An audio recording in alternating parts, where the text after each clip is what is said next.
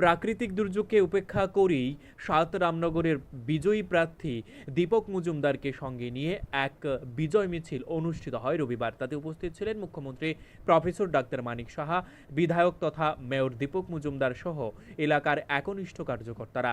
এদিনের বিজয় মিছিলটি প্রগতি বিদ্যালয়ের মাঠ থেকে শুরু করে রামনগর বিধানসভা কেন্দ্রের বিভিন্ন পথ পরিক্রমা করে। সাংবাদিকদের মুখোমুখি হয়ে মুখ্যমন্ত্রী বলেন, এই জয় গোটা রামনগরবাসীর জয়। উপনির্বাচন সহ ত্রিপুরার 2টি আসনে লোকসভা নির্বাচনে নজির স্থাপন করেছে। সাধারণ মানুষ বিজেপির পক্ষে রায় দিয়েছেন। তাছাড়া তিনি উপনির্বাচনের বিজেপি প্রার্থী দীপক মজুমদারকে উষ্ণ অভিনন্দন জ্ঞাপন করেন। এদিনের র্যালিতে এলাকার কার্যকর্তা সহ সাধারণ মানুষের উপস্থিতি ছিল চোখে পড়ার মতো। এবার স্পেশালি যে ঐতিহাসিক একটা রেজাল্ট আমরা 7 রামনগর আমরা পেয়েছি।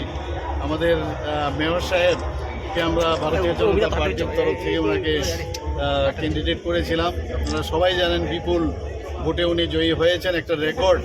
তো সেই রেকর্ডকে আমরা থামাতে চাইনি। আমরা ভাবলাম যে বৃষ্টি হোক আর যাই হোক আমরা এখানে বিজয় উৎসব করব এবং সেই উপলক্ষে এখানে আসা। এবং সারা ভারতবর্ষের মধ্যে এই রেজাল্ট নিয়ে মানে সাংঘাতিকভাবে আমরা প্রশংসিত এবং সবাই মানে ধন্য করছে। এর জন্য আমি মনে করি আমাদের যে দীপক মজুমদার মহোদয়ের আজকের এই যে বিজয় উৎসব, সেটা সত্যিই আমাদের একটা বাড়তি একটা পাওনা।